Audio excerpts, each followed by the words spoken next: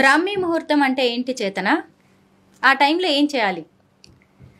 అసలు బ్రాహ్మీ ముహూర్తం అంటే సూర్యోదయానికి 88 నిమిషముల ముందు కాలాన్ని బ్రాహ్మీ ముహూర్తం అంటారండి.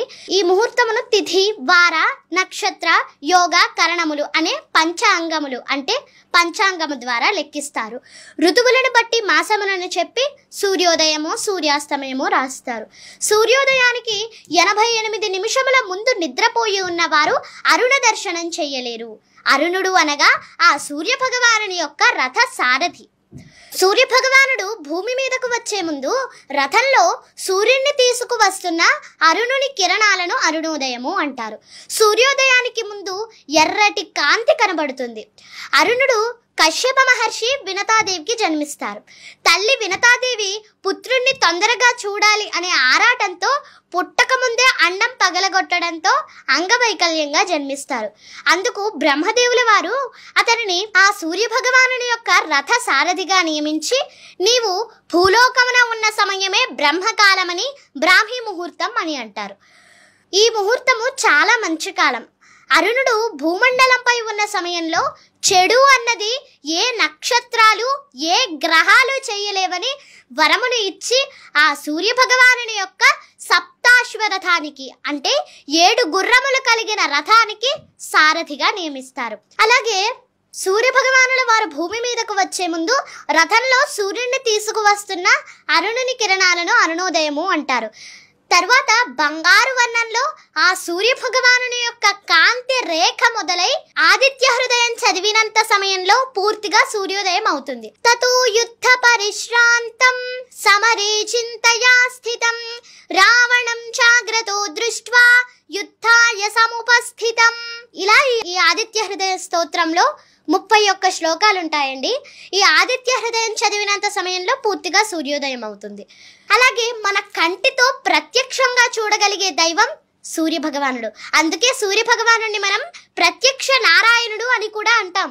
సూర్య భగవానుడు ఇక ఈ బ్రహ్మ ముహూర్త సమయంలో ప్రకృతి ఆ భగవంతుడిలో లీనమై ధ్యానం చేస్తుందా అన్నంత ప్రశాంతంగా ఉంటుంది. గాలి చాలా స్వచ్ఛంగా ఉంటుంది. అయితే ఈ బ్రహ్మ ముహూర్త సమయంలో నిద్రలేచి మనం ఏ పనులు ప్రారంభించినా సకల శుభాలు కలుగుతాయని చెప్తారు. అలాగే ఈ బ్రహ్మ ముహూర్త సమయము పూజలు, జపాలు, ధ్యానం, మంత్ర సాధనకు విశిష్టమైన సమయంగా ఆధ్యాత్మిక పండితులు చెప్తారు. నీలాంటి చిన్న పిల్లలు చదువుకోవడానికి. అలాగే ఈ సమయంలో నిద్రలేచి మనం నిద్రలేవటం వల్ల మనకు మానసిక ఒత్తిడి తగ్గి ప్రశాంతంగా ఉంటుంది. అలాగే విద్యార్థులు ఈ సమయంలో లేచి చదువుకుంటే ఆ చదువు ఎప్పటికీ గుర్తుండిపోతుందని విశ్వాసం. అలాగే ఈ సమయం ఆయుర్వేదం ప్రకారం రాత్రి త్వరగా నిద్రపోయి ఉదయం సూర్యోదయానికి ముందే నిద్రలేచే వారికి అనారోగ్య సమస్యలు ఉండవని చెప్తారు. ఈ బ్రహ్మ ముహూర్తంలో లేవటం వల్ల సూర్యరశ్మి మనపై పడుతుంది. ఆ సూర్యరశ్మి మనపై పడటం ద్వారా మన శరీరానికి డి విటమిన్ లభిస్తుంది. మనం ఆదిత్య హృదయం చదివినంత సమయంలో పూర్తిగా సూర్యోదయం అవుతుంది అని చెప్పుకున్నాం కదా. ఆదిత్య హృదయం అంటే ఏంటి చేతన? అసలు ఆదిత్యుడు అంటే సూర్య భగవానుడు. ఆ సూర్య భగవానుడిని ప్రార్థిస్తూ ఆయన గుణాలను కీర్తిస్తూ చేయబడిన స్తోత్రం. కశ్యప మహర్షి అదితి మాత పుత్రుడు ఆదిత్యుడు. దితి, అదితులు ఇద్దరు ఆ కశ్యప మహర్షుల వారి భార్యలు.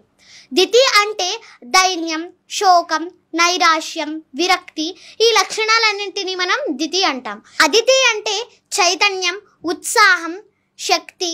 అటువంటి అదితి మాత పుత్రుడే ఈ ఆదిత్యుడు. ఆదిత్య హృదయం పఠిస్తే అధైర్యం, నిరుత్సాహం, అశాంతి, మానసిక కృంగుబాటు అన్నీ తొలగిపోతాయంటారు.